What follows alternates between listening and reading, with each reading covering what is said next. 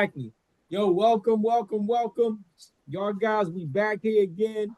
We so excited that you guys have tuned in. Thank you, thank you, thank you, thank you for all the emails. Thank you for the calls. I know you've been getting the calls, Sean. I've been getting the calls. So we are back. The duo of Thought Candy is back in the building. Yeah, And yeah. You know how we do it. Listen, the goal yes, is to inspire, educate, motivate, and something we say we hope you'll relate to when we discuss things on this podcast. So let's jump on in. We know we don't have a lot yes. of time. Yeah, that's right. That's Um, right.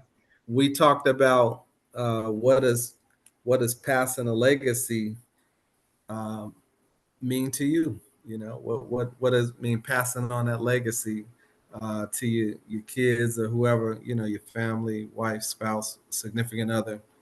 Um, let's jump on in, man.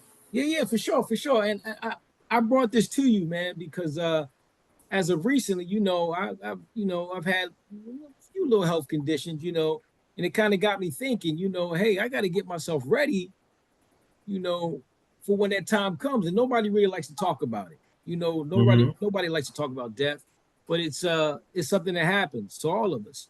I'm like, Right. hey, I gotta make sure that my ducks are in a row when it's time for me to, going up there and see the big man in the upper room. You know what I'm saying?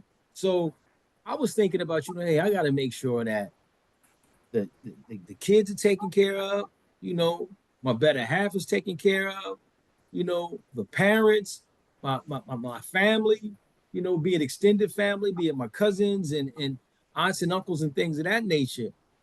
I'm like, well, how much can I really do? I know I need to make sure my life insurance is intact.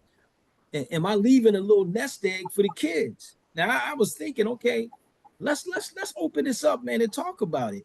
Is this something that we should do? Because I got myself now, talking to insurance people, you know, about adding on more life insurance. Hey, is Right. everything going to be good when it comes to, you know, the house, the kids, their homes? So let's talk about it. I mean, is that something that you think we we should do? Is it something that we're supposed to do? Or what's your thoughts on? Absolutely. I mean, just recently losing a family member, my brother to be exact, out of Chicago. Rest in peace to my boy Andre Frank. I'm gonna miss him. I truly miss him. Yes, And sir. some of my friends don't even know, about him. But blood brother lost him to, some hypertension and some. He had a heart attack. Basically, is what it boiled down to. Yes, And sir.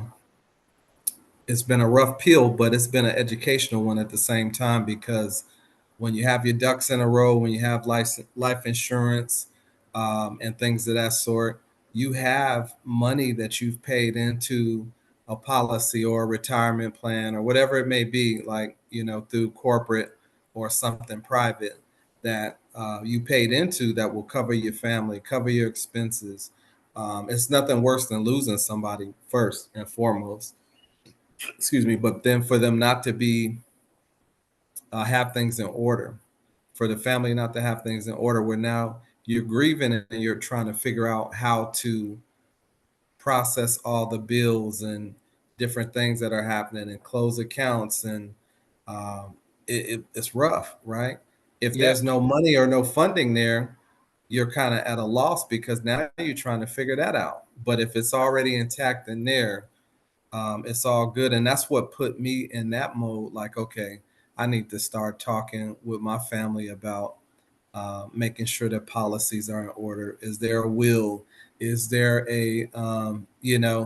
are there some beneficiaries and things of that sort, and some type of written agreement that's going to tie that all in, you know, Right. will and testament, power of attorneys, all that different type of things. If we're not having that type of conversation, We're it's going to be not. another GoFundMe. It's going to be another GoFundMe Exactly. situation. Yeah, How many times have we seen that, bro? you're so right. You're so right. And it's Yeah. like I said before, it's a discussion, that we need to have with our Yeah. family. That's Yeah. something we need to talk about at the dinner table. That's something we need to, that's something we need to talk about when we're in our bedroom, with your loved one, with your, your better half. That's something that need to be discussed that we do not discuss until that time has happened. Right. And everybody's looking around, and then, you're wondering, how am I going to handle this? A good brother of ours, Deacon Joe, he probably wouldn't mind, allowing me to sit there and mention his name, but he had went through a loss as of recently, and it was like back to back. I mean, really, and I'm not going to go into details, but man, and he was out here, and his father was back east, so he was really going through it. But I want to move forward a little bit and say, but as your kids get older, because we're always grinding, we're always hustling. You got your grind on. You wear 4 or 5 different hats, right? So as your kids get older, though, and they start to get in the workplace, and they start to have their 401ks and their insurances and things of that nature, you think we're obligated to constantly sit there and have the responsibility of saving something for the kids once the kids are grown? Do we alter the policies at that point? Because I know some friends, they go, man, I ain't leave my kids nothing. And when I say kids, I mean they're grown. They're children, right? Yeah, they're grown now. They went from babies to now they're 30, 40 years. He said, man, I'm not leaving them nothing. Yeah. Nothing. Yeah, that's crazy. I mean, here's the thing, though. From a young age, we need to show them the value of money and credit and things of that sort, right? But just responsibility on the general scale of it. Yes. When it's the chores, making up your bed, making sure that, you helping take out the trash, learning how to wash clothes, cook an egg or something for breakfast, whatever, right? Right. You got to put these certain skills into play when they're younger. And then as they get older, you need to, start teaching them the independence of that hustle and going out and getting your own. If it's something that you really want, you save up and go buy for it. It's not something that we should be providing every time we're going in our pockets to give them everything they want, because now they don't value the hustle. That's right. They don't value going out to get what it is that they need, but putting the work in to get what they need, not just this. Put it in my hand, But that's what's happening now. Kids are they believe they're entitled. And they're not, and I'm not gonna say all kids, but you look at the majority of kids out here today, man, I don't think they have that work ethic that you have. I know for sure that I have, and so many of our peers have. They expect it to come. Yeah, that's what they're getting a little more savvy. They're getting on these YouTube channels and these different things. They're media influencers and have little channels and stuff where they can draw in fan base and money. But it's more than about that, because none of the things that we do so much on the entrepreneurial side have a 401k or a TSP attached, right? Right. So you can be an entrepreneur, sure, but you don't have any medical benefits or anything attached to that. And the likelihood of us getting sick with all this crazy food and stuff that's out here is high. So you're going to find yourself in somewhat of a pickle if you don't do that. So we need to teach them to hustle, but they have to be able to get some time in somewhere in corporate America realm where they can enjoy what they do, but get the medical and dental and vision and all that type of stuff, because the hair salons and the car washes and the different things that we do, on the side, that side hustle, it doesn't provide any benefits. And when you get sick, what do? You taking days off. You don't have no paid sick time. You're not making money. Right. So well, let me ask you then. Let me broaden the question.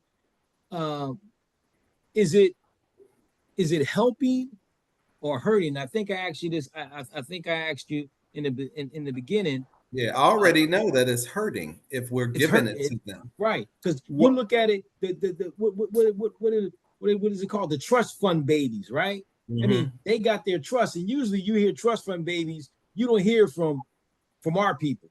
It's from a different culture. When you hear trust fund babies, that's those babies or those kids that got things left to them from a trust from their mothers, their fathers, their great grandfathers, and they're just set. They don't have to work a day in their life. They get a certain amount of money each and every month, be it 20,000, 30,000. So yeah, I don't agree with that.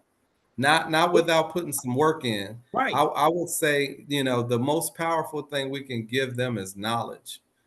Boom. And we got to show them how to go and get the money. I don't mind leaving something behind, right?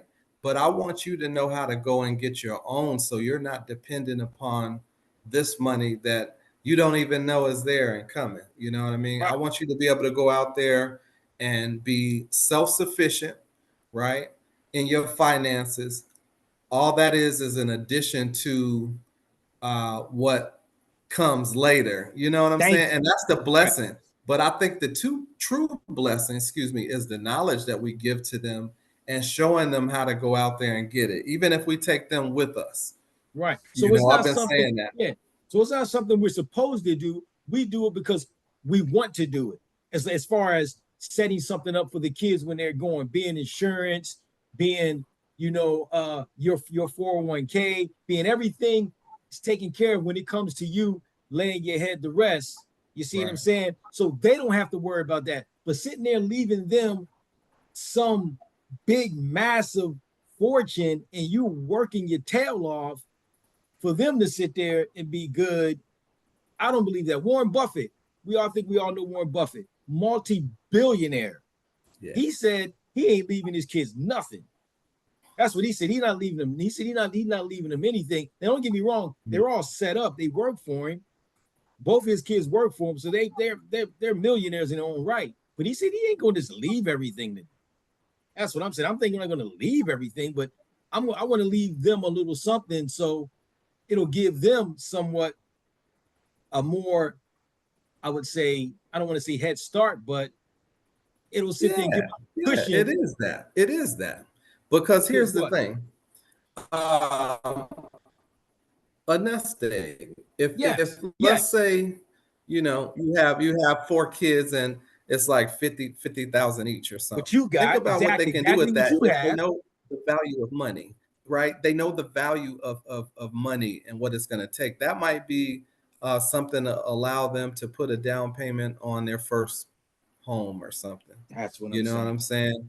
And it's all about teaching them the value of the dollar. It's about property. It's about, longevity. It's not about just having your hand out and waiting for something to be given to you, because most of those trust fund babies are those spoiled little rich kids that got everything that they wanted and they don't work. Exactly. They don't work for nothing. You know what I'm saying? They didn't want to go away to the military or nothing like that. Now, I worked for mine. I didn't go away to the military, but what I'm saying is, let's say back when the drafts and things were happening, they figured out ways to get around that when us inner city kids had to go and serve. You know what I'm saying? You didn't get a pass, but that big money, I feel like keeps some of them weak and a little less savvy than some of us that are out there. You got the money, but you don't have the smarts of surviving in elements because you ain't really been through nothing. But I want to set them up. Yeah, you don't got that school of hard knocks. Exactly. Not at all. I want them set up. You got the school of Ivy League and whatnot. right? No, right. but I want them to be able to have the best of those worlds. Like go to some of the better schools, and allow them to see some of the things, but still have them street savvy enough where if Belinda and Junebug in the middle of the street fighting, they already know what it's all about. You got to know about a little domestic squabble or two, or the fabulous people out there. But That's know right. how to pivot and exist on both ends, because otherwise it's a little intimidating on either side. Let's say you came from a urban situation where now you have to go over to a little more ritzy, well-to-do area. You're feeling out of place. Or let's say you were on the other side in the ritzy, well-to-do area, and now you got to go back to the hood somewhere, and you're afraid of your own people. AKA trading places. Eddie Murphy in Right. Dan Aykroyd movie, right? Trading Places. They Right. one knew how to deal with it, the other Wall one didn't. Street and all that, right? Exactly, And the other one exactly. was Three Card Money. You're so right. You so, Yeah. no, So you, yeah, that I was just thinking about that. I'm like, man, how do we sit there and deal with that? But I definitely think that we should be educating our kids and should be talking and be having this conversation. I talked to my daughter about this. She goes, Dad, I don't want to talk about that. I go, we have to talk about that. I tell her certain things. I say, hey, you're gonna need my information when it comes to my insurance, my life insurance, yeah, because what if you pass away? I don't want to hear that. she don't what she said she don't want to hear it. I talked to That's not Jamil. being real though. You got to be Right. realistic. You got to. So I wanted to bring that to them. Like, that's conversations those conversations and talks that we should have, talking about, a will. A living will. We need those are things that we don't talk about, like I say, until after we're gone. And now you see we up on Facebook sitting there putting up some GoFundMe, and we sitting here begging strangers for, $5 and $10. Yeah, whatever helps is good. Whatever you can, donate. But Yeah, here's the thing: if you had the right policies intact, where I'm looking at some of those same things, because don't make the mistake of thinking that we on here have it all together. We're that's just right. talking about things that we need to be doing as well. So I want to make that clear. Those are things that I'm looking into as well.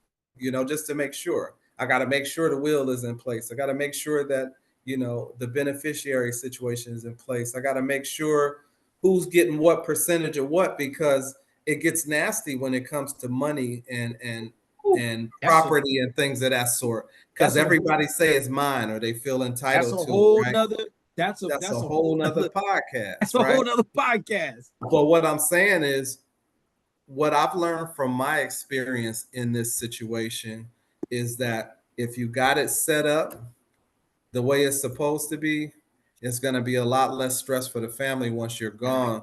But they can almost get to live life on their own terms if it's all set in place, and you don't have to worry about anything. Right. What I left behind for you is financial security and freedom, and we hear that Exactly. term a lot. We hear it, but it can happen. Why the hell are we paying into these policies that's close to $1 million or $500,000, and That's it's right. not paying off the house and paying for your funeral and paying for a little nest egg for the Right. family to survive on? Right. You got to Right. figure out some things. It's a heavy blow. So I say pass Right. on the knowledge, but Pass on the also knowledge. maybe having them right there beside you, locked Hmm. on the arm and walking Right. through the process. Lead by example, right? That's right. Yeah. And we probably going to have to do. I'm pretty sure some folks. I know some folks in all of these, discussion panels we've been a part of, and these group chats that we've been a part of over the years, and all of the network marketing things that we've done. Bring somebody on that can sit there and talk a little bit about that. Yeah, let's get some gurus that can provide some Right? links and some Exactly. access. And Exactly. if they're in that realm, maybe even Let me write that down right now. yeah, Exactly. even a session or two that some of Right. these The talks. experts can give, because we Yeah, they just can kind sit of there. going general with Right. this, Yeah. y'all, but it's getting the wheels turning. There we go. It's Exactly. This is what we want to be about. We want to be, I think I talked about it on the shorts that I made in the videos, talking about this podcast right here with us coming back is going to be more interactive, right? Sean. So we're going to have some live FaceTimes, and I mean live Facebooks, and hopefully yeah, live Instagrams and YouTubes, right? And right, we can get right. people interacting. So that's something we want to sit there and do. But I think that would be very beneficial to not just our families, but to the viewers out there listening as well. Yeah, Absolutely. write that What I down. say, what I say in closing, y'all, as we wrap this up, because we don't want to keep it too long. Seek that knowledge.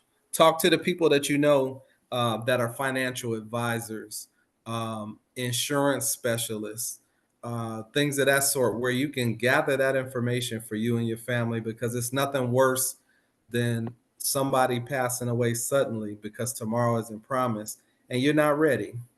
You're not Thank ready. That's been weighing heavy on my heart to make sure that I'm proactive and not reactive.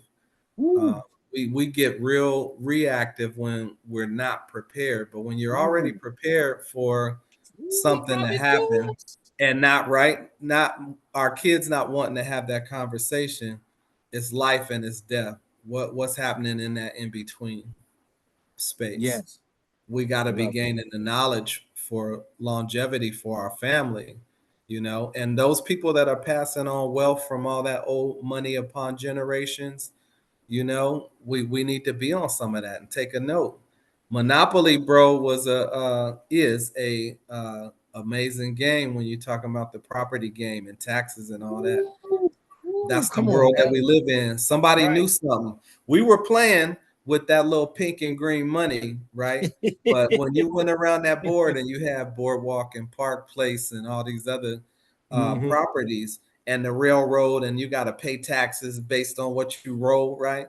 Right, Um, they were kind of teaching us some jewels in the game of life, man. And if you're right. not on gaining property, making investments, putting a policy in place. If something happens to you, you're setting yourself up for a whole lot of pain, failure, and GoFundMe's.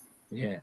So we just wanted to put the discussion out there. Look, Yeah. be proactive, not reactive. We've seen a whole lot of reaction to tragic things that's happened to families, and we just, I guess, implore you guys to be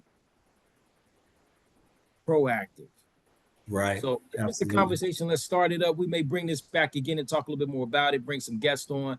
But hey, we want to say thank you guys for chiming in. Please comment. What do you guys think? Should you leave a legacy? Should you not leave a legacy? And what actually is a legacy when it comes to your loved ones and your family?